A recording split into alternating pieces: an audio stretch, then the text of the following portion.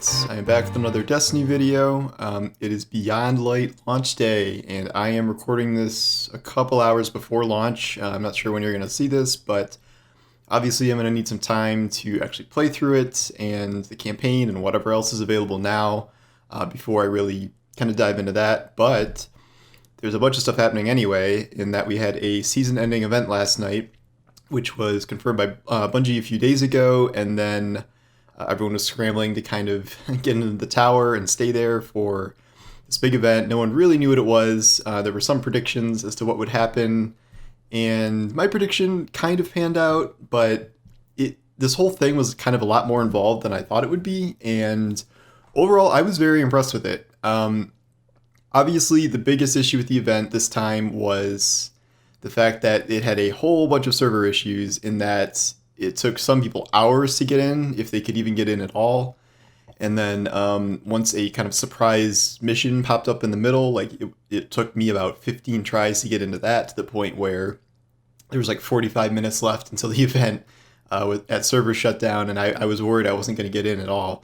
But I did, but I know a lot of people didn't make it, and I also know that the timing of this meant that a lot of, especially people in Europe in that time zone, weren't able to, either had to stay up to 4 a.m. or they couldn't see it at all. So obviously with time zones, there's never like a perfect time for everyone, but I know this was especially bad for some people. We were promised that this event would be small. I took that to mean it would be smaller than the Almighty event. I don't think it was, honestly. I know the act of like a shooting down a ship and having it crash behind us is like technically bigger than what happened, but I think the way this was done and what they used to kind of set it up was more interesting and more involved than the Almighty event. I also think it was less glitchy. Like when the Almighty was crashing live in the tower, it was a little janky. I didn't really see anything janky about this event. So to recap, this started technically at about 7 p.m. Eastern, and if you could log in, you would see the Traveler kind of with this weird blue-green glow on some of its cracks, and it kind of stayed that way for a long time, pretty much until I think around 8:30 p.m. And that's when everyone was surprised to get a message from the Vanguard that said to head to the streets of the last city to investigate a disturbance. I did not know this was coming at all. I was very surprised to see this, and this was actually a mission. And this was a little confusing because we were told all week that we had to just go to the tower to see the event, but we actually had to go into this mission specifically, and you launched the mission kind of in the haunted forest slot in the tower director. And I know some people really didn't get the memo, so they were kind of stuck waiting in the normal tower for the event, and I don't think you could see it from there, so I think some people missed out on that because of that.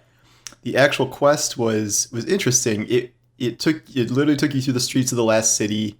Some of this we have been to before. I think we've been through part of this area during one of the solstice events, and then I think part of a different zone was from the Red War campaign. But then you would reach this door, and then you could open the door, and if it loaded, I had like a 5-minute black screen, which freaked the hell out of me. It would take you to a new instance. I think this is a whole new zone where it was a couple rooftops, and it would be like a full instance of 16 players, and it was essentially just a viewing platform for the Traveler. And so once you got there, you were supposed to stay there. I got there with like an hour to go, so I was worried I was going to get kicked at some point and like not be able to get back into the quest, have to rerun it. Fortunately, I just stayed there. I just kept moving my controller around so I wouldn't get booted. I didn't know if that was possible. And I did it. I stayed in the whole time. And if you were there, before this, the Ghost was actually talking, and there was dialogue about how he feels like a heartbeat from the Traveler, and all Guardians from everywhere have been called back to the tower, or to the last city, and that the Traveler was like drawing power, and he hasn't felt this since Ghosts were first created, so like something big is happening. The actual Traveler started exuding lots and lots of energy as time went on, from 9 p.m. to about like 9:55. Just waves of energy coming off the Traveler, infiltrating the city, kind of coming off your body. And then everyone had this buff that like super energized them and let them run fast and jump high.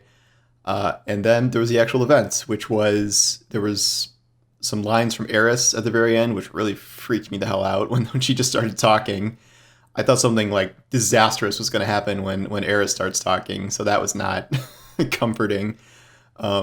She says the traveler's healing itself, so that was what I predicted. We've seen the healed traveler in upcoming art for art in the map and stuff for Beyond Light. So I thought that was going to happen as this event, especially because it was in the tower, and this was what all the green light and energy was doing here. But Eris says it's an escalation and that this is just going to kind of make things worse.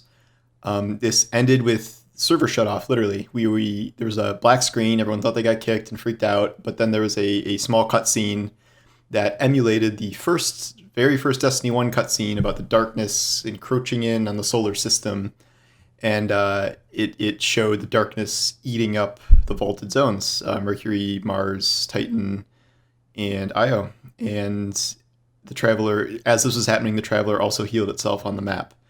And then now when you try to log in, players are greeted to a message that says, like, the light will not save you, find us on Europa. And that is happening in 2 hours as I'm recording this. So this was very cool. I was very excited about this event. Outside of the server issues, I thought this was a very fun event. You did not have to be there for the whole 3 hours. Really, the only meaningful stuff that was happened was mostly in the last hour or so, and then really only the last 5-10 minutes. So you could see the cutscene at server shut off. This obviously kind of emulated the big Fortnite shut down the game event, which I'm sure they drew on for inspiration, but this was very cool. I really liked it. I liked the voice work in it. I liked exploring the last city and these jump around zones. I'm hoping we get to see more of the last city in the future like that. It is kind of, it's an interesting choice when all this talk about FOMO and this and that, and then they have like a 90-minute exclusive mission, and I think that's the only way you could get the emblem for this event too. Was this part. So I know some people miss this and are mad about it. So it's kind of a balance, because live events by definition are kind of one time only as is. So there is some level of FOMO about that just overall, but I'd rather have them than not have them. And if they can continue to get better like this, that would be very cool. And I think Bungie is kind of learning as they go. And hopefully with these big backend changes to the game and like the engine upgrades, next gen and all this stuff, they're going to be able to do more of these more often and make them more involved. So I really like this event. I know some people weren't as thrilled about it, but I thought it was very cool, very well done, and I'm excited to see more. I now need to start finishing up writing so I can get ready to play Beyond Light for the next 14 hours after that.